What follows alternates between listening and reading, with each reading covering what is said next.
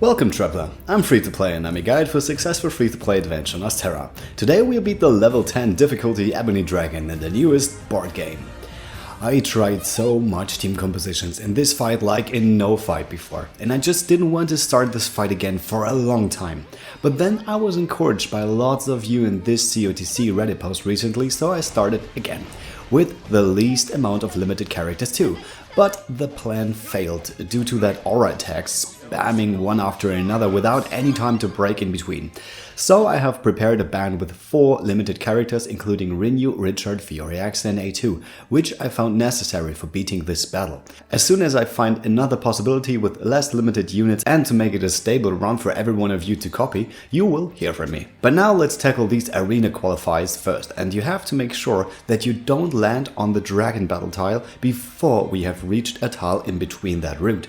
We have to change the party around a bit. But first let's go for Trinovo and Perrine, where we have enough weakness exploiters for him but not enough for her. But that is totally fine, as you will see. In the first battle we need to provoke the first attack on Ophelia, because no one can tank the attacks without going KO in the first turn. And then Rinyu can pray for Fior to tank way better in the upcoming turns. And you see the ice resistance down at the start? Don't worry about it. I just needed 10% more fire resistance up, which Sophia's A4 is providing, and equipped it to Rinyu for the last fight because I ran out of Silver Crest of Fire too. Lots of HP accessory should also work for that purpose. So the Elemental Rune and the Anti-Attack 2 on both of those enemies is a very good idea because the elemental attacks are very hard hitting and both of those NPC do hit AoE, so it is very important for your group to have a higher defense, and that is provided by Ophelia, and having the heal on top is a very great idea.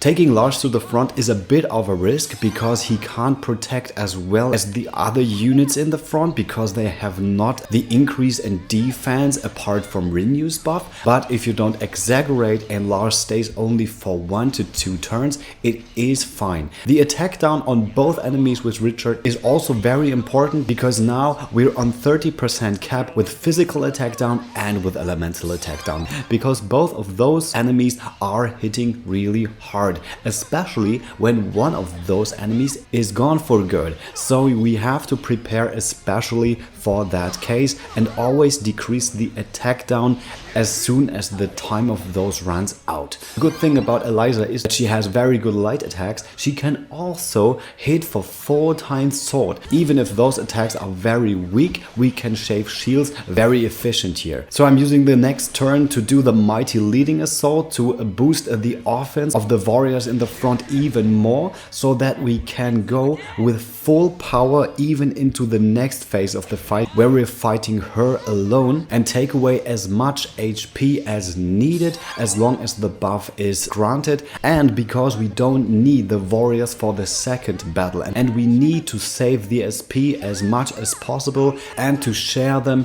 in between those fights so that we don't run into the problem of having not enough SP for the final fight, which is really important. As Viola is the only unit which is capable of decreasing the physical defense down all by herself to 30%, we're going to do that now. And of course we're going for the sword resistance down as long as the buffs are still active. And if that would work, then it is a good possibility to make enough damage with the warriors alone, which is preferable here. Of course A2 has the possibility to go for an axe attack, which would help here, but as long as she is not in Berserk, her single target sword attack just hits harder, and I want to improve my damage output for the first phases of the dragon so that I don't have to switch around my units so often just to take his attack down or his defense down again, and that's why I decided to go for the sword attack instead of the axe attacks. And there's one more reason for that. I'm showing you right now that there is a possibility with a sword unit which is not limited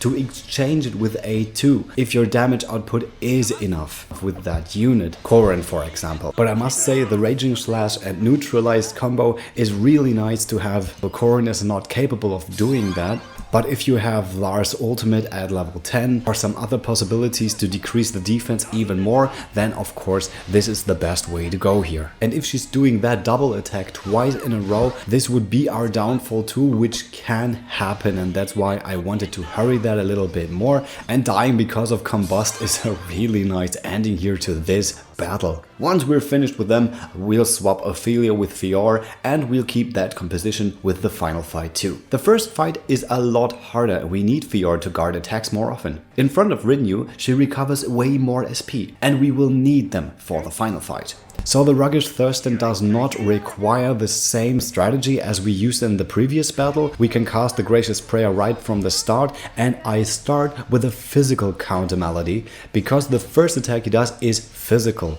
Afterwards it's kind of random what he's doing, and that's why I would go for the elemental counter melody afterwards all the time. So we have one light DPS in this battle, and we have one light exploiter, which is Ophelia, and we have the Crimson Blast from Viola. So we have enough possibilities to decrease the shields of this enemy in comparison with the enemy before. And that's why I increased the defenses of this group in particular, because I have them in the front most of the time, but I will be switching around as soon as the other units have recovered more SP. So the Ripping Assault is striking really hard, and that's why I take Richard to the front in the next turn to decrease the attack even more. And it is also a good idea to do that because of his single physical attack, which can hit really hard, and it can be really close for Fior to tank that. So don't ignore the fact that this enemy can also hit hard. So when everyone in the back replenished their SP, it is now the good timing to take them to the front so that they can cover the battle from this point. So my plan is now to reduce enough sword resistance down on the enemy to debuff the physical defense as much as possible, and then to do enough damage to the Ruggish Thurston so that when I launch the next attacks of Eliza and Viola,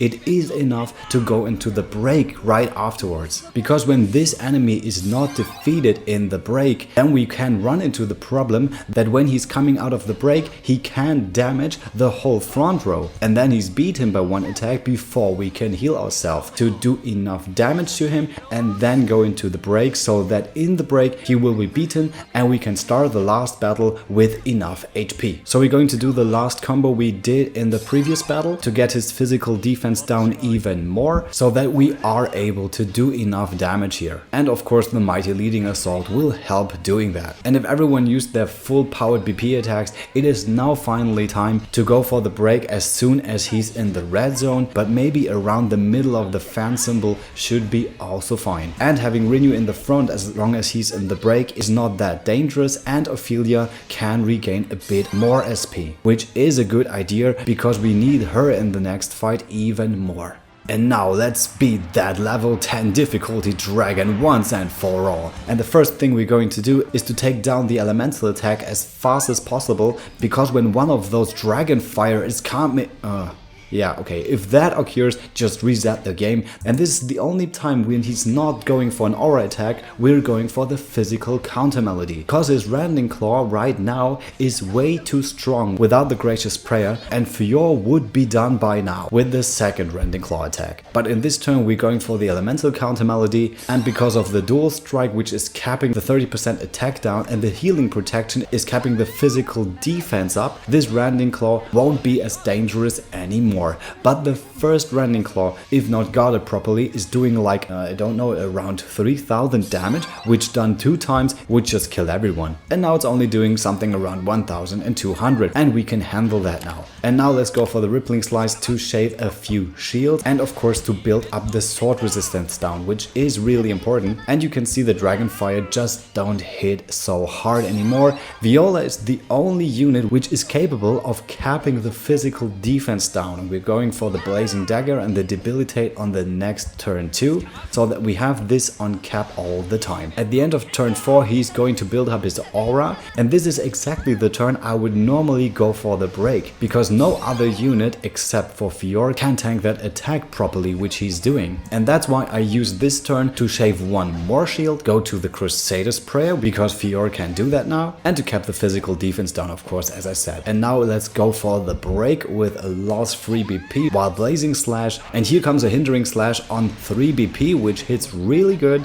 And casting the Torrent formation now is a better idea because Lars is in the front this turn. So having this active for 6 turns now is a better idea to cast it earlier. So the Hindering Strike on 2 BP now is also hitting very good. The Veil of Atonement is really necessary for the upcoming attacks because he can do the Wind AoE now, which would otherwise take Rinyu to the front and makes the Gracious Prayer disappear. And he can use that attack even if he does not come out of the break. So you have to always keep that buff active so that you don't run into problems. Okay, he has locked the Sword and Axe weakness, which is fine because we have 3 units in the front row who can take down the shields very efficiently, including Eliza, Viola and Ophelia. But because we have another front row now, the healing protection is a must so that everyone can guard against the AoE attacks. And having this row in the front right now is also a good idea so that Richard and A2 can recover a bit of SP, which they will need in the last phase of the battle. Now comes the Sweeping Storm, which does not hit Ophelia, and there will be a light counter attack. So like the last time, we have to keep out for not shaving too much shields, otherwise we would mess up with the break timing. So Light of the Sacred Flame is boosting the elemental attack of Eliza, that's why I have done it, and the Heaven's Judgment is taking enough shields now with the Combustion active so that the Crimson Blast, which is acting before the dragon, will break him. So we don't need Lars to break the dragon, which is nice, but we take him to the front anyway so that we can do a bit more damage and that Fior can recover a bit of SP over the course of the next phase, which is the last phase of the battle, luckily. But we need one thing to occur, that he is not locking the sword weakness. Otherwise, it is the second reason now to reset the game another time, which is quite late because you're in this fight like maybe 15 minutes or something. So it is also very important that its HP is not going over the middle of the X symbol, something around that, because this is exactly the point where the dragon is going so wild that we can't really tame it. And his physical attack is also improving. But if we're going for the physical counter, which should be natural by this state, Fior can't defend against the wind attacks and against the fire AoE. And these are the strongest attacks the dragon has. So it is still preferable to heal up with Ophelia now every turn. Because even if the dragon is not in that phase, he's doing harder attacks right now. And have you seen that? He's going for his aura attack one turn after he was coming out of the break, and this is exactly why I needed Fiori X, because I can't break enough shields now to get it into the break and do efficient damage afterwards. So right now I don't have any solution for that case, but you will heal for me as soon as I have found one. So 7 turns of sword resistance down is really enough now, but I need to shave a few more shields before going into the preparation for the last break, because we need A2 in the berserk form, because otherwise we don't do enough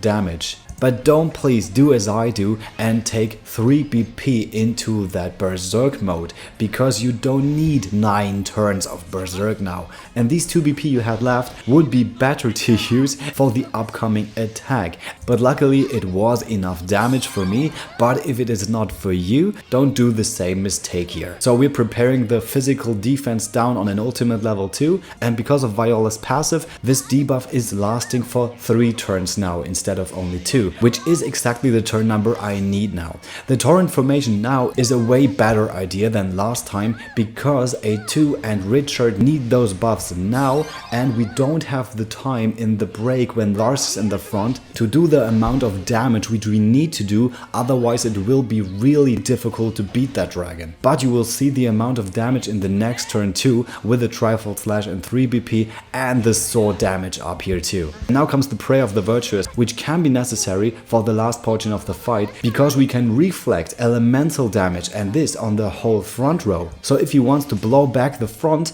we can negate that and attack again with our full powered warriors. Here comes the Raging Slash, which is also stacking onto the 10% of the neutralize, so we have around 200,000 damage with only A2 alone, which is really amazing, and I don't know if another warrior is capable of doing that right now. So the Sable Shadow Dragon is unleashing its full potential now, but it is way too late, and we have evaded the wind attack as I said earlier, so Richard and A2 can go for the last amount of damage here on the dragon, but A2's attack is all we need.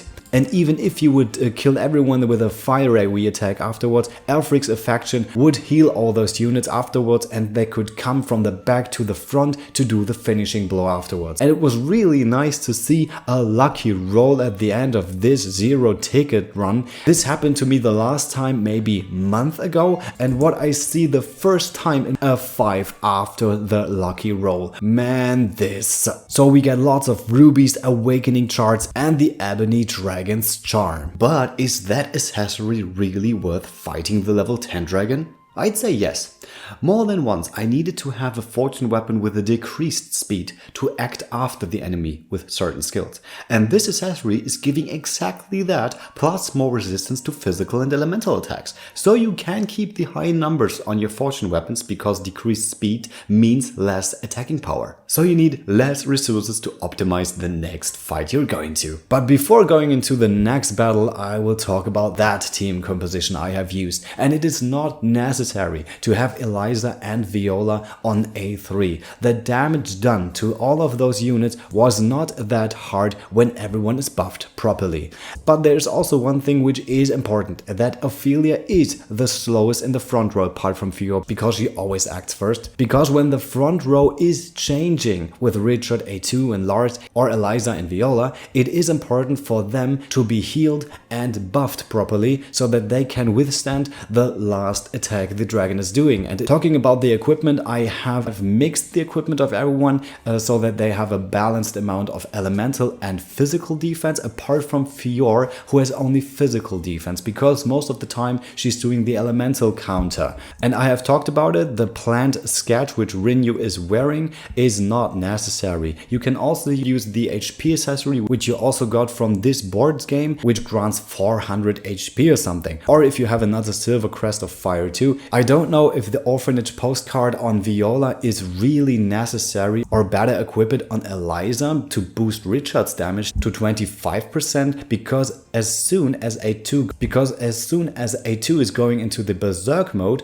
she does have the 30% with the Dance Duelist's Barrette, Glossom's A4 and Richard's passive. So the 10% from Viola doesn't do anything now. But in the first part of the battle, it is a good thing to have those 10% more. I can't really say where you need more damage, so this is just a suggestion for you. Of course, Ophelia is holding Serenora's A4 because of the first battle, and the 300 more HP is also fine for the next battle, so this is a good accessory here for her. Fiora should wear an only SP fan, because in the last 2 battles she needs that so much, and because the dragon doesn't even have a fan weakness, it is totally fun like that. Apart from that, everyone else should have really good fortune weapons, and I would really recommend to max them out as hard as possible, so that you have a good experience here with fighting this dragon and not losing because of being stuck in the red HP bar, and you can't do anything against it now because he's way too strong and takes everyone out at an instant. But with good preparation here and a good timing on the weakness locks, you should be really doing fine now. But if you have still more questions about this fight, please write them in the comments or write in my Discord group.